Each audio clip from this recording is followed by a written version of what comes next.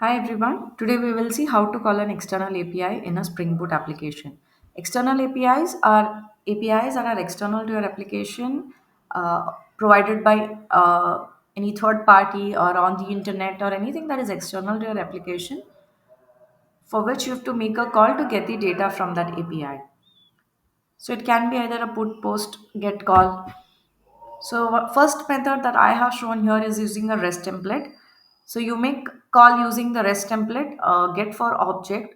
It's a get call that I have made. URI is the actual URL, and here the response is usually when you know the structure of the response. So here what you see in code.class is the actual response object and the structure of the object that we know over here for sure that this is the response we are going to get, and you can map the response exactly to the class level and each field of the class. Other things are not required here because it's not an authenticated call or any of the call that requires an API key. So it's a simple get for call, by which I will get getting the response and getting the data from that.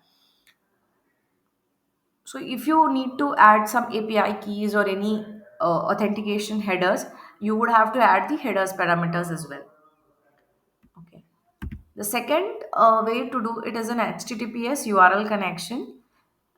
You basically open the connection to this URL, get the response code, and if everything looks good in the response code, like it's an HTTP OK, you take it in the buffered reader. So in this case, we need not know beforehand the structure of the data that we are going to get it, so as to map it in a class.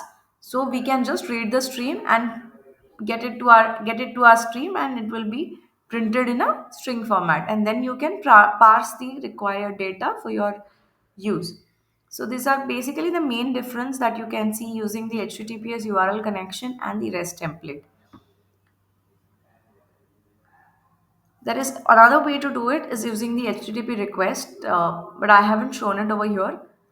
These are the main two ways to do it. You can go ahead and explore this for yourself. Thank you.